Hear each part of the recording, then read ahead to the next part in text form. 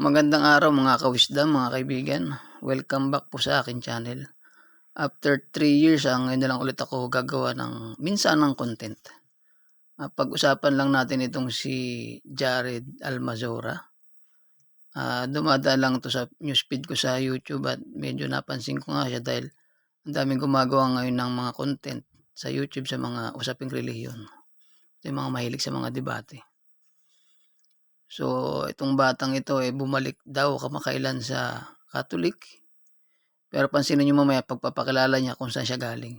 Hindi niya sinabi rito na galing na mismo siya sa Catholic. So, umpisahan na po natin. Saan ba si Brother Jared? Brother Jared? Pakinggan natin yung kanya. Galing Bulacan pa. No? Pero ngayon, kasama na natin siya. At meron pa siyang ibang kasama, si Brother John Fernan. Bigyan natin ng sigabong palakpakan si Brother. Kumusta ka na, bro? Alam po, magandang tanghali po sa inyo mga kapatid. At sana pagpalain ng maraming Diyos. Ako po ay dating kaalib sa Iglesia ni Cristo ni Manalo. Nabautismohan po ako noong 13 years old. Kumuha rin ako ng mga tungkulin, naging kalihim at dapat magmamanggagawa. Kaya yung mga manggagawa po dun sa lokal namin, kasama ako. Lilibot dito, mamaya may doktrina dun sa kabila, kasama kami. Yun, sa matagal na matagal, nagsurit naman ako sa Iglesia ni Soriano o dun sa ang dating daan kay Brother Eli Soriano. At tumagal na tumagal, napansin namin, simula nung mamatay si Eli Soriano, nagkagulo. Okay, cut muna natin dito. Pag-usapan natin yung sinasabi niya na simula doon nang mamatay si Eli Soriano, nagkaroon daw ng pagkakabahabahagi. Nagkawatak-watak. So itong mga taong ito, ako muna nakakilala ng totoo, naturuan ng aral, nagkaroon sila ng kanilang sariling kaisipan na kayang-kaya na nilang dalhin yung sarili nila. Kayang-kaya na nilang panindigan yung paniniwala nilang mali at tutulan yung naiwang pamunuan ni kapatid na Eli Soriano sa MCGI. Unang-unang aral o isa sa mga unang aral ng mga Kristiyano patungkol sa pagpapasakop pasakop sa namiminuno. Kumilala, sumampalataya sa itinalaga ng Diyos. Natutuwa ako sa bata nito, akala mo naman talagang alam na alam niya na talaga yung pinaninindigan niya, natutulan ng kapiraso. Minsan napanood ko to, may kadiskusyon ito, sabi niya, inutusan ka lang bumili ng suka. Itong batang ito, akala mo, pantas na pantas. Nagkawatak-watak nga daw, hindi po totoo yun. Yung mga itiniwalag, yung mga ayaw pasasakop, ayun yung mga nagsariling kalooban, nagkaroon sila ng sariling samahan na dyan sa tabi-tabi, sa gilid-gilid. Sinusubukang gibain ang pamunuan ng MCGI sa kapamumuno ni Kuya Daniel Rason. Ngayon, balik tayo sa sinasabi ng batang ito. Nagkawatak-watak nga daw dahil at nagkagulo simula nung namatay si Brother Eli Soriano. Itong nilipatan niyang Iglesia Katolika Apostolika Romana, suriin niyo po ang history ng Catholic Church. Malagim po ang simula niyang Catholic Church.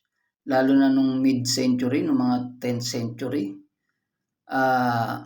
Nagkaroon ng pagkabahagi, yung tinatawag nila schism. Nagkaroon ng Eastern or East Orthodox Church. Nagkaroon ng mga Protestante. Kung literal na kaguluhan lang din naman ang hanap nyo, mas magulo ang Catholic. Lalo na nagkaroon ng Inquisition. I-search nyo nilang Inquisition. Ayan yung pagpapapatay ng mga Roman Catholic leaders sa mga lumalaban sa Iglesia Katolika Romana. At wag na tayo lumayo. Dito lang sa Pilipinas, bahagi din ng Katoliko. May El Shaddai, may El Shalom, may Couples for Christ.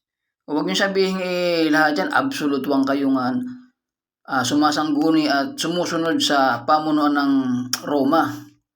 pamunan ng Papa sa Roma, usapang pera pa lang lalo sa El Shaddai. Kanino na pupunta yung abuloy niyan? Bagamat may misa dyan noon sila Father Bishop Bacani, ang pondo na nalilikom yun diretso yan kay sa leader, kay Mike Velarde. Siya ang leader niyan. At hindi naman lihim yan, yung mga ganyang bagay sa Katolika. Nakakapagtaka lang, pinapayagan ng Katolik na may branch. Meron silang sangay ng pananampalataya na nagpapakilalang Katoliko pero may sariling pamunuan. Ngayon, ituloy natin yung sinasabi niya. Pakinggan natin siya ulit. Napag-isip-isip ko, paano magiging tunay na iglesia ito? Nagkakawatak-watak.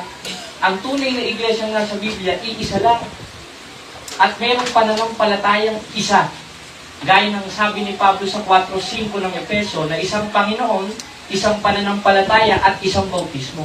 At yun ang nakita ko sa Catholic Church.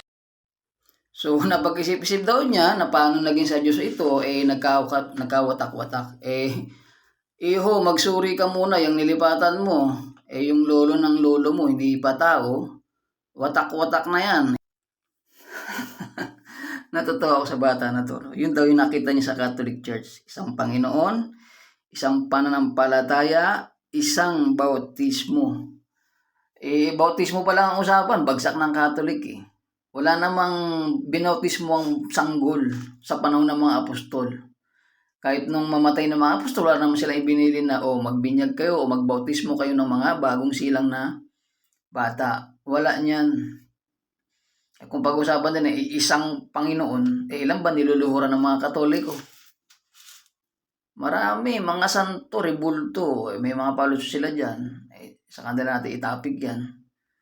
Pero kung usapan isang Panginoon, nako, yung kamay lang ng Santo Papa, hinahalikan Mga rebulto, niluluhuran, hinahalik-halikan. Pinupunas-punasan, ipinoprosesyon.